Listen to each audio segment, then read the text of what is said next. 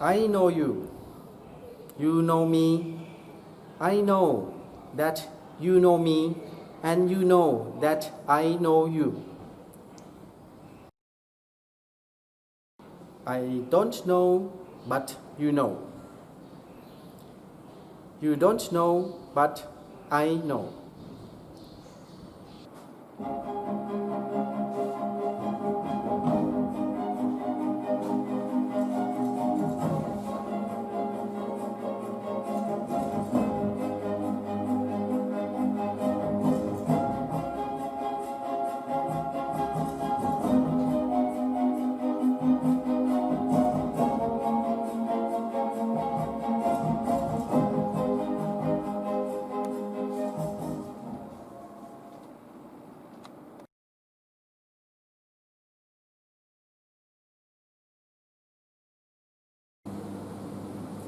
Good morning, everybody. Welcome back to Microeconomic Theory 2. Now we have passed the midterm examination and we will go forward to the next session of Microeconomic Theory, the asymmetric information.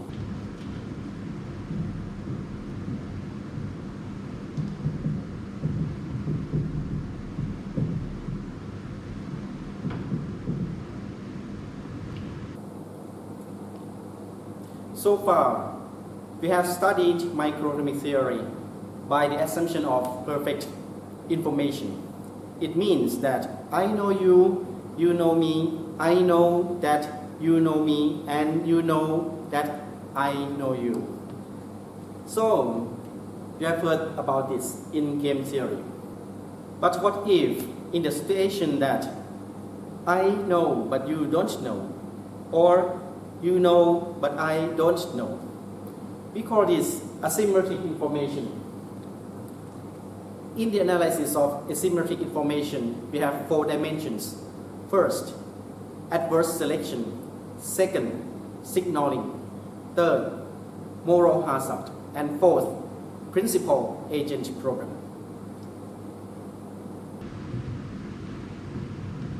You see that the boundary of the knowledge in microeconomic theory is limited to just only perfect information for a long time.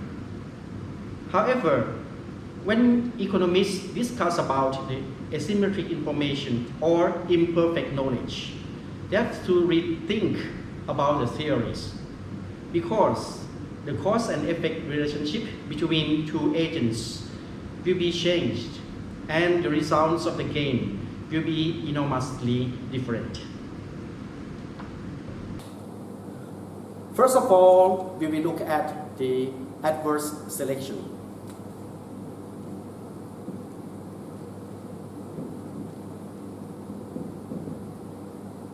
Adverse selection means good things cannot sell themselves because they are among bad things. And people believe that all things are bad and don't believe that there are something good inside all the bad things.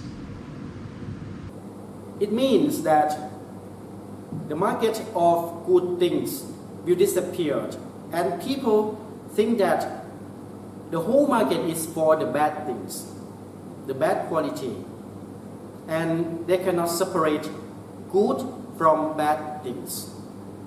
The way out of the adverse selection problem, we call this the signaling.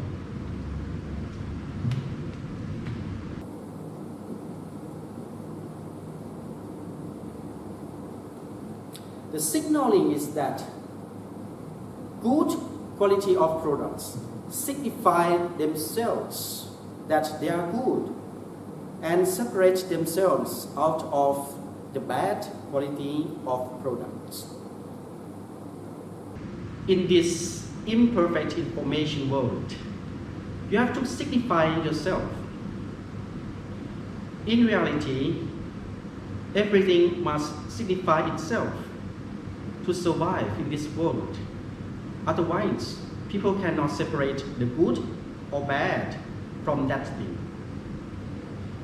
and cannot justify whether it is good or bad, or can be purchased or not. I remember one sentence. People must sell something to survive. Or in order to survive in this world, you have to sell something. And you will be able to sell just only the buyers know that your quality is good and not bad. Therefore, you need to separate yourself from all the bad qualities and signify that you are the good quality. Then you can sell yourself. And people buy, and people pay, and you will gain the benefits.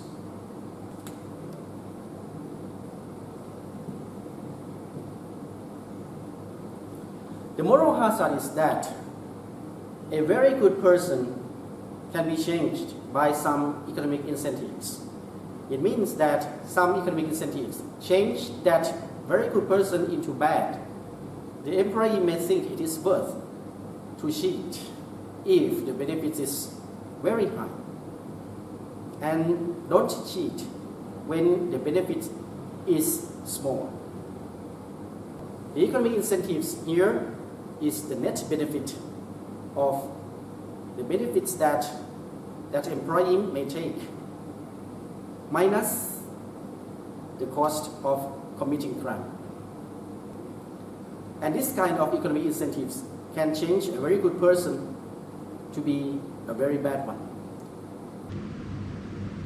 It is the question whether the employer doing something wrong to let the employee have that kind of economic incentives to cheat.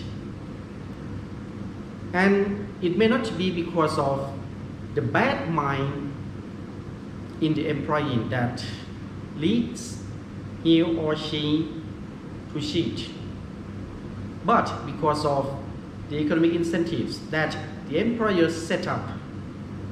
It may be the responsibility of the employer in this crime and turn a very good person into a criminal. The employer doesn't know whether the mind of the employee is changed already or not, or how much is the economic incentives that can change the mind of the employee.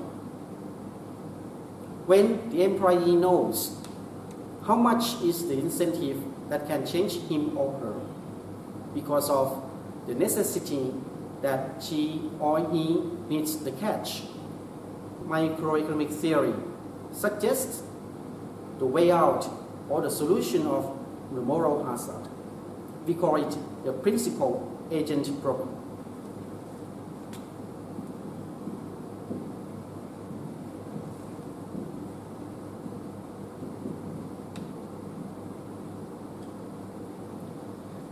This is principle, not principle.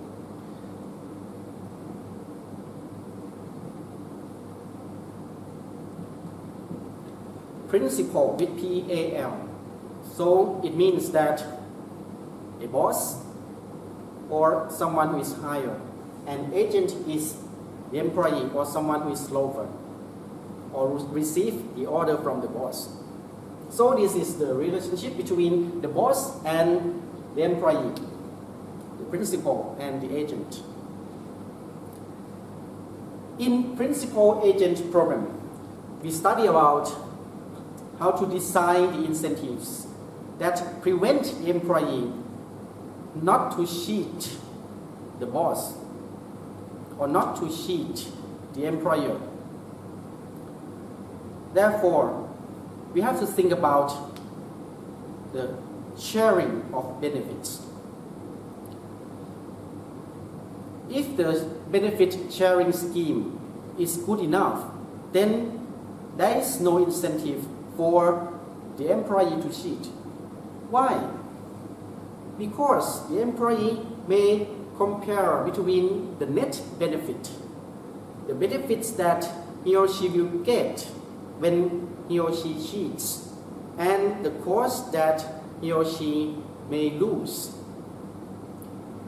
When he or she works as our employees and gets enough benefits, therefore the cost of cheating is higher and it is not worth to cheat.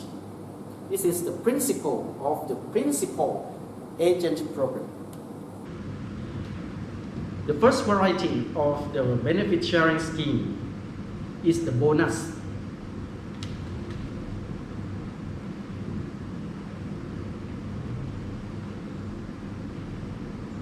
The bonus indicates that if all the works in this year is achieved, then all the employees will get extra money. This is a huge incentive for everybody because the salary in every month, you know that it is just sufficient for that month and cannot be saved for longer than that. The salary will be vanished at the end of the month. Therefore, there is no saving for employees. But the bonus is, because when they achieve everything mandated for that year, then he or she will get extra money, and that is their savings. They can use these savings to buy extra things in life. And it is a perfect gift for employees. Therefore, all the employees don't want to go out of work or to cheat in that year and waiting for the bonus when they know that they can achieve the work. This bonus prevents the employees to cheat. The second scheme is profit sharing. When you have benefits such as profit, then you share to your employees. For example, 10%. In every 100 baht, then you share 10 baht to the employees. This encourages the employees a lot to make profit for you and not to cheat, because they know that if they cheat, they cannot get this benefit and will be punished. Instead of cheating, they decide to work for you and to share the profit from you. With your generosity, the employees will be happy and work as hard as they can do and bring about the profit to you, and they wait for the profit sharing as the return. This is the second scheme of the benefit sharing. You see that we have the bonus and the profit sharing.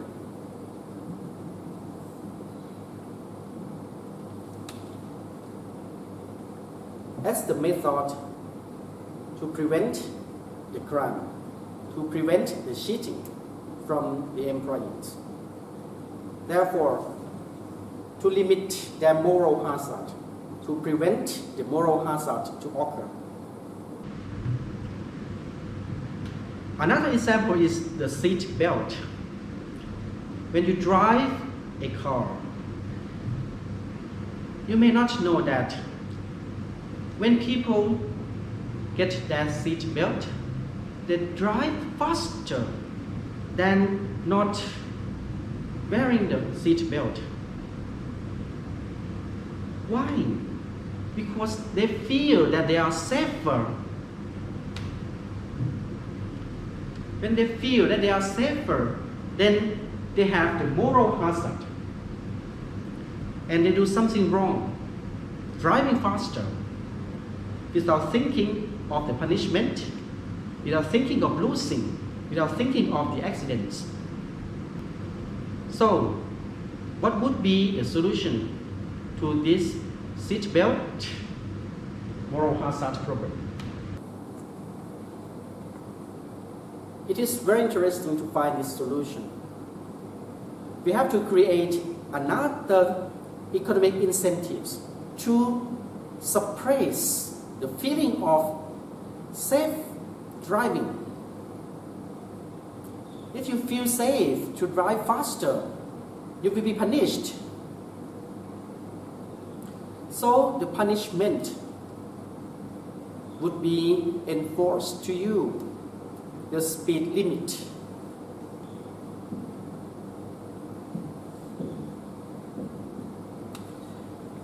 If you drove faster than the speed limit, you will be fined. And the higher fine, the slower you will drive. Believe it or not, even with the seatbelt, you drive slowly. You see that economists can design some economic incentives to prevent the moral hazard problem. Economists deal with incentives. I remember the sentence, people react to incentives. This is among the first sentences in the book Armchair Economist. My friend introduced this book to me and I found that it is very interesting. The book said about many things in reality that apply microeconomic theories. And one thing that the book emphasizes is that people react to incentives. This is the heart of microeconomic theory. So you see that the keyword of incentives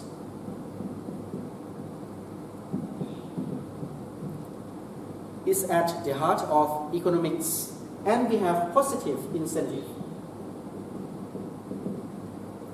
The reward. For example, the bonus and the profit sharing scheme.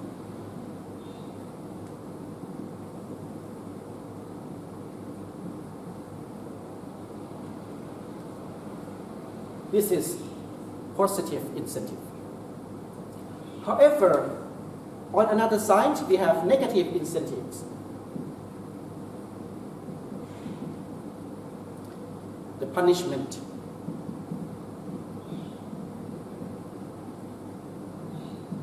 For example, the fine.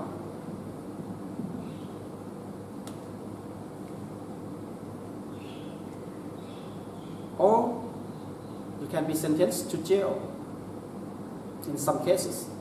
For example, drinking alcohol beverages and drive. This is a big punishment in Thailand. You see that economists deals with incentives, and you have to design the positive incentive and negative incentive. I would like you to do some homework. We have studied two things now. First, the adverse selection and the signaling. And second, the moral hazard and the incentives. I would like you to signify yourself something.